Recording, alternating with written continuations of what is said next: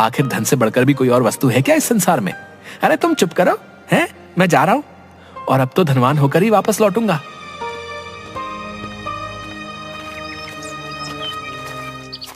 दुख भरे दिन गए रे भैया, अब तो सुख आयो रे। जय हो बाबा की जय हो। कितना दिमाग है मुझ में, कैसे दो चिकनी चुपड़ी बातें करके बाबा से धनवान होने की युक्ति पाली मैंने। वाह रे बाबूलाल वाह, बड़ा बुद्धिमान है रे तू। बाबूलाल वहां से एक जंगल की ओर चला जाता है और बाबा का दिया हुआ पहला दिया जला देता है। पहला दिया जलाते ही उसे एक रास्ता दिखाई देता है। अरे वाह, ये रहा वो रास्ता जो बाबा ने बताया था। वो उस रास्ते पर चलने लगता है।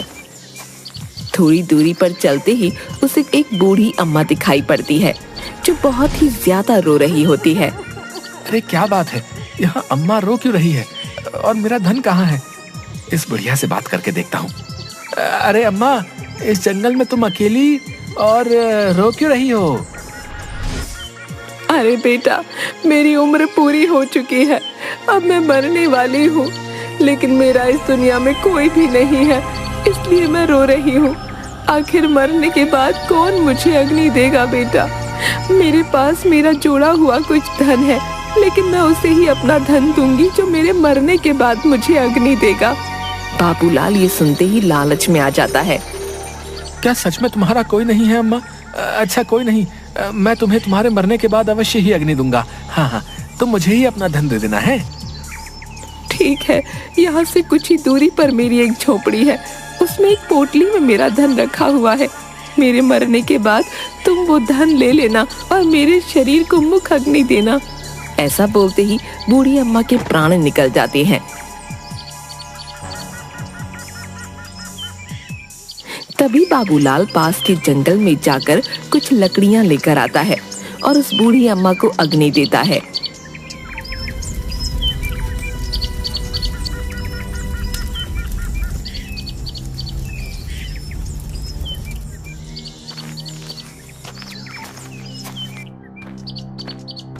जिसके बाद वो उसकी झोपड़ी में जाता है और उसे वो धन से भरी पोटली मिलती है।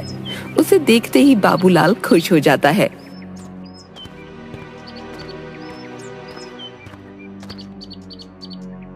अरे वाह वाह वाह, इसमें तो सच में धन है, लेकिन ये क्या, ये तो बहुत ही कम है। इसमें भला मेरा क्या होगा? खैर, अब इसे भी रख ही लेता हूँ। हाँ, धन कितना भी क्यों ना हो, छोड़ना अच्छा नहीं है। हाँ।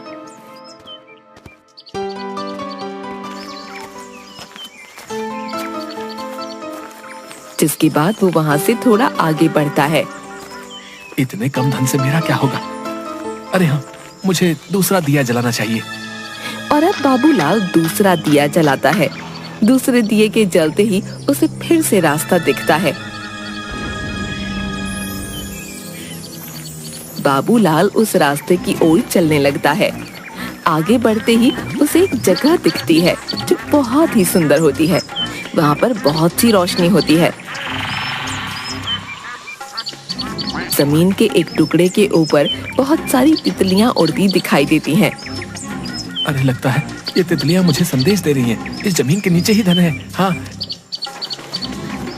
तभी वो जमीन खोदने लगता है और जमीन के अंदर से अचानक से रोशनी निकलती है। वो देखता है कि एक बहुत ही सुंदर चमकता हुआ हार वहाँ है।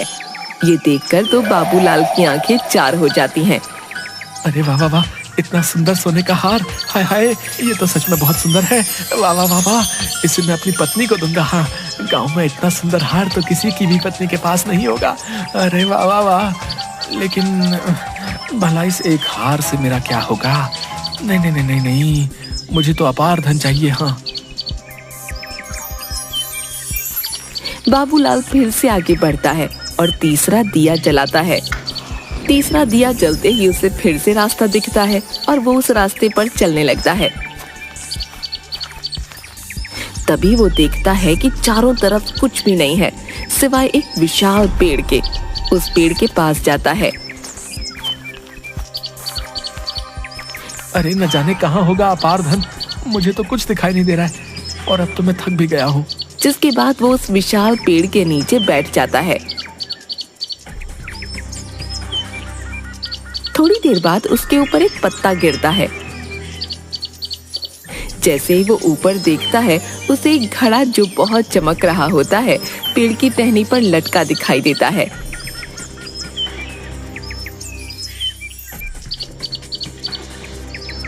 बाबूलाल ये देखकर हैरान हो जाता है। अरे, ये मिट्टी का घड़ा इतना चमक क्यों रहा है? तभी वो पेड़ के ऊपर चढ़ जाता है और वो घड़ा उस टहनी से उतार लेता है। जैसे ही वो घड़े को देखता है, उसकी आंखें खुली रह जाती हैं। उस घड़े में खूब सारे सोने चांदी के सिक्के होते हैं। अरे वाह वाह वाह, इतना सारा सोना चांदी! हाँ वाकई ये तो बहुत सारा धन है। हाँ, अब लगता है कि मेरे हाथ कुछ धन आया है। हाँ, लेकिन नहीं, ये भी मेरे लिए अपार धन नहीं है। लगता है चमत्कारी बाबा ने मुझे चौथा रास्ता इसलिए नहीं बताया क्योंकि वो खुद ही उस अपार धन को प्राप्त करना चाहता होगा। लेकिन नहीं, मैं ऐसा नहीं होने दूंगा। हाँ, वो अपार धन तो मेरा ही होगा। हाँ, मैं चौथे दिए को जलाकर उस चौथे रास्ते पर अवश्य ही जाऊंगा। हाँ। तभी वो चौथा दिया जलाता है और चौथे रास्ते की तरफ चलने लगता है। थोड़ी दूर चलते ही वो देखता है कि वो एक बहुत ही सुंदर महल के पास पहुंच गया है, जो बहुत ही आलीशान है। अरे बाबा, इतना सुंदर महल! ये कितना सुंदर है! लगता है अपार धन मुझे यही मिलेगा। हाँ। बाबूलाल उस महल के अंदर जाता है। वो देखता है कि एक बहुत ही बूढ़ा व्यक्ति चक्की चला रहा होता है और उसके आसपास अपार धन पड़ा है। इतना धन देखकर वो खुश हो जाता है। वाह वाह वाह, इतना धन तो मेरे लिए अपार होगा। हाँ, लगता है ये मेरे लिए है। हाँ हाँ हाँ। आओ आओ बेटा, मैं जानता हूँ तुम यहाँ इस अपार धन की तलाश में आए हो। ये सारा धन तुम्हारा ही है, लेकिन तुम्हें और धन भी मिल सकता है। क्या तुम और धन चाहते हो? क्या कहा? और धन है क्या? सच में मुझे इससे भी अधिक धन मिल सकता है भला? मुझे तो बहुत सारा अपार धन चाहिए। हाँ हाँ, मैं इस संसार में सबसे अधिक धनी होना चाहता हूँ। हाँ हाँ हाँ। अच्छा तो ठीक है, अगर तुम और भी ज्यादा धन पाना चाहते हो तो उसमें तुम्हारी मदद ये चक्की ही करेगी। हाँ, ये जादुई चक्की है, तुम जितना इसे चलाओगे उतना ही धन तुम्हारे पास आता जाएगा। ये सुनकर बाबूलाल खुश हो जाता है और चक्की जो वो बूढ़ा आदमी चला रहा होता है उसे चलाने लगता है।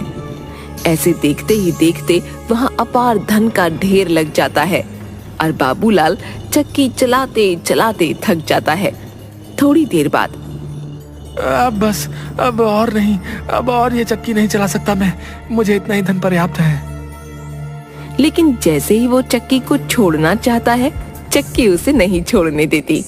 वो चाहकर भी अपने हाथों को चक्की से हटा नहीं पा रहा था। अरे ये क्या हो रहा है मेरे साथ? आखिर मेरे हाथ क्यों इस जादुई चक्की को नहीं छोड़ पा रहे? बेटा, ये सब तुम्हारे ही अपार धन के लालच की देन है। मैंने भी तुम्हारी ही तरह उस चमत्कारी बाबा का चौथा दिया जलाया था और यहाँ और अधिक धन के लालच में आ गया था। बाबा के मना करने के बाद भी जो यहाँ आता है वो यहाँ से नहीं जा पाता है। वो सदैव के लिए इसी अपार धन के बीच रह जाता है। बाबूलाल ये सुनकर हैरान हो जाता है। ये आप क्या बोल रहे हैं? ये क्या बोल रहे हैं आप? नहीं नहीं नहीं नहीं, ऐसा नहीं हो सकता। ये सच है बेटा। अब तुम यहाँ से तभी जा सकते हो जब कोई तुम्हारी तरह ही लालची इंसान अपार धन पाने के लालच में यहाँ इस महल में आ जाए। और अगर कोई नहीं आया तो तुम्हें यहीं इस चक्की को चलाते रहना होगा। ये सुनकर बाबूलाल जोर जोर से रोने लगता है। हाय हाय, ये मैंने क्या कर दिया? अपार धन पाने की चाह में अपना सर्वनाश कर बैठा। मुझे अधिक लालच नहीं करना चाहिए था। हाय हाय हाय।